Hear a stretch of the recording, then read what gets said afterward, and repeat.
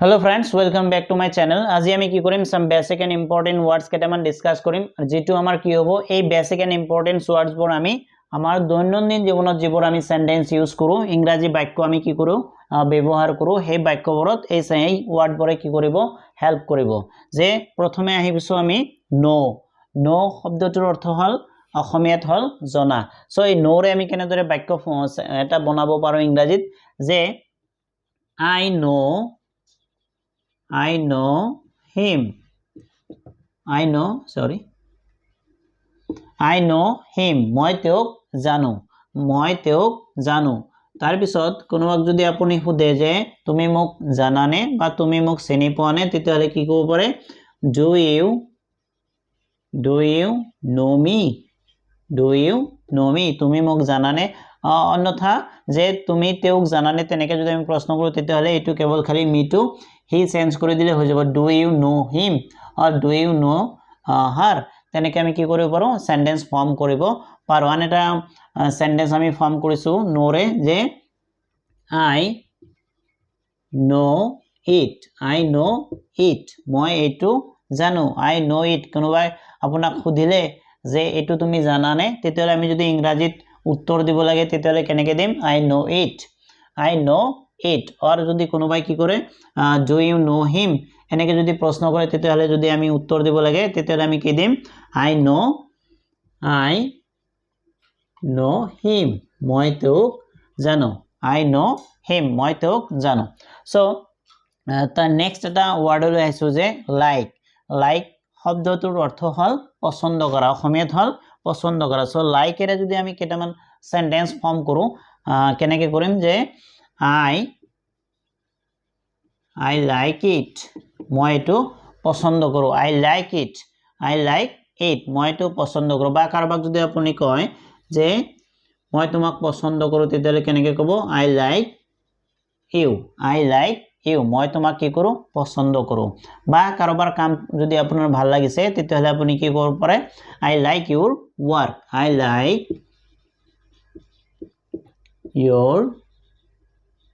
work তোমাৰ কামটো কি লাগিছে মোৰ ভাল লাগিছে মা পছন্দ হৈছে সো নেক্সট এটা ওয়ার্ড লৈ আইছো যে সিট মানে কি অসমীয়াত হল বহা সিট মানে বহা সো এই সিটেৰে যদি আমি কি কৰো সেন্টেন্স ফৰ্ম কৰো ইংৰাজীত কেনেকে কৰিম যে please sit down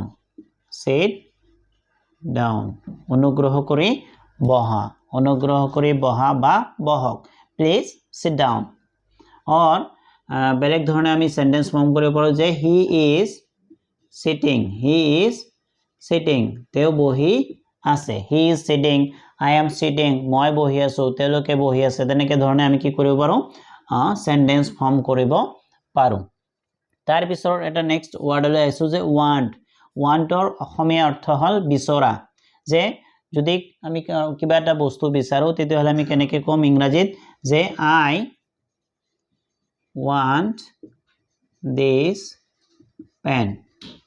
want this pen যদি এটা কলম ভাল লাগিছে তেতিয়ালে যদি আপুনি ইংৰাজীত কব খোজে যে মই এটো বিচাৰো তেতিয়ালে কেনেকে কব I want this pen মই এটো কলম বিচাৰো মই বিচাৰো this pen এই কলমটো মই বিচাৰো বা বেলেগ ধৰণে আমি আন এটা ধৰণে সেন্টেন্স ফৰ্ম কৰিব যে I want some money I want মই বিচাৰো some money কিছু টকা মই কিছু টকা বিচাৰো বা এনে ধৰণে লিখিব পাৰো আমি I want a new shirt মই এটা নতুন শাৰ্ট বিচাৰো want মানে বিচৰা তাৰ বিচৰটো ওয়াৰ্ড লৈ আইছো যে read মানে অসমীয়াত read শব্দৰ অৰ্থ হল পঢ়া তেতিয়া আমি ৰিডেৰে কেনেকে আমি সেন্টেন্স ফৰ্ম কৰিম যে I read মই পঢ়ো মই পঢ়ো I read in class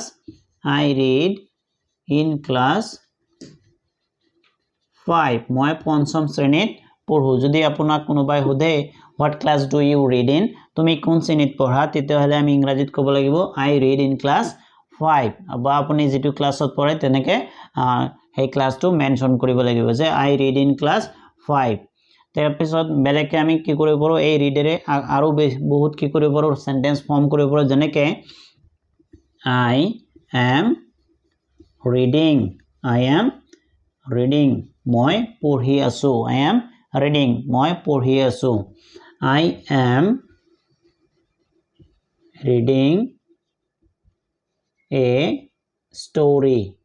I am reading a story মই এটা গল্প পঢ়ি আছো তেনেকে আমি কি কৰিব পাৰো ৰিডাৰে সেন্টেন্স ফৰ্ম কৰিব পাৰো তাৰ পিছত আহিছো আমি নেক্সট এটা ওয়ার্ড লৈ যে রাইট মানে হল লিখা রাইট মানে লিখা যে এই যে আমি যে লিখো সেই ৰাইটৰ সেই লিখাৰ ইংৰাজীটো হল ৰাইট সো আমি ৰাইটৰে যদি আমি সেন্টেন্স ফৰ্ম কৰো কেনেকে কৰিম যে I am writing মই লিখি আছো এটো যদি মই ইংৰাজীত কও যে I am writing মই লিখি আছো I can write যদি কয় যে তুমি লিখিব পাৰানে তেতিয়াহলে আমি ইংৰাজীত কি কম I can write মই লিখিব পাৰো I can write ৰাইটাৰে আমি যদি আন এটা সেন্টেন্স ফৰ্ম কৰো কেনেকে কৰিম যে I am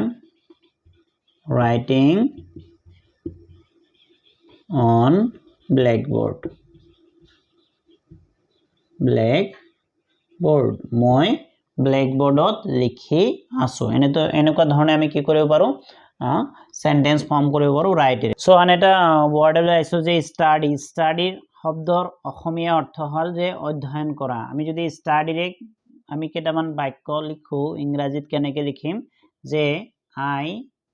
am studying মই অধ্যয়ন কৰি আছো বা আন এটা সেন্টেন্স ফৰ্ম কৰো যদি যে I study in class 2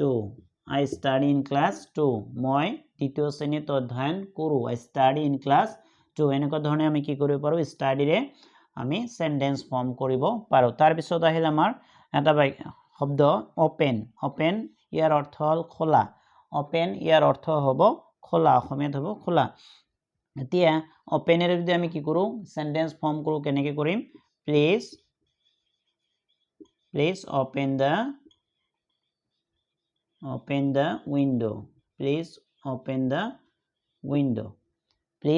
the window যে অনুগ্ৰহ কৰি খিৰিকীখন খোলা বা open your book তোমাৰ কিতাপটো খোলা open your book open the door দৰজাটো খোলা এনেকুৱা ধৰণে আমি কি কৰিব পাৰো ওপেনেৰে আমি সেন্টেন্স ফৰ্ম কৰিব পাৰো নেক্সট আইছো আমি আন এটা ওয়াৰ্ড লৈ ক্লোজ যাৰ অৰ্থ হল বন্ধ ক্লোজ মানে বন্ধ তেতিয়াহলে ওপেন মানে খোলা আছিল ক্লোজ মানে হল বন্ধ এই ক্লোজৰে যদি আমি কি কৰো সেন্টেন্স ফৰ্ম কৰো কেনেকে কৰিম যে close the window দৰজা খিড়কিখন বন্ধ কৰা close the window close your eyes তোমাৰ চকু দুটা মুদা close your eyes এনেকৈ আমি কি কৰিব পাৰো ক্লোজৰে সেন্টেন্স ফৰ্ম কৰিব পাৰো তাৰ পিছত আহিল আমাৰ ক্ৰাই মানে ইয়াৰ অৰ্থ হল কন্দা ক্ৰাই মানে কন্দা এতিয়া আমি ক্ৰাইৰে যদি আমি সেন্টেন্স ফৰ্ম কৰো কেনেকৈ কৰিম যে he is crying তেওঁ কান্দি আছে he is crying তেওঁ কান্দি আছে why you are crying যদি আমি প্ৰশ্ন কৰিব খুজো কাৰোবাক তেতিয়াহলে এনেকৈ কৰিব পাৰো ক্রাইনে যে why you are crying তুমি কিয় কান্দি আছা why you are crying এনেদৰে আমি কি কৰিব পাৰো ক্ৰাইৰে আমি সেন্টেন্স ফৰ্ম কৰিব পাৰো তাৰ পিছত আহিলো আমি আন এটা ওয়াৰ্ড লৈ সিং মানে হল গোৱা এতিয়া সিং মানে হল গোৱা আমি সিংৰে যদি আমি কি কৰো সেন্টেন্স ফৰ্ম কৰো কেনেকৈ কৰিম যে he sings well তেওঁ ভাল গায় he sings well তেওঁ ভাল গায় or I cannot sing মই গাব নোৱাৰো মই গাব নোৱাৰো I cannot sing মই গাব নোৱাৰো or he আন এটা সেন্টেন্স আমি ফৰ্ম কৰিব পাৰো he can sing Hindi song he can sing Hindi song he can sing তেওঁ গাব পাৰে হিন্দী গীত তেওঁ হিন্দী গীত গাব পাৰে এনেকুৱা ধৰণে আমি কি কৰিব পাৰো সেন্টেন্স ফৰ্ম কৰিব পাৰো সো फ्रेंड्स আজিলৈ মানে লগ পাম নেক্সট এটা ভিডিওত ধন্যবাদ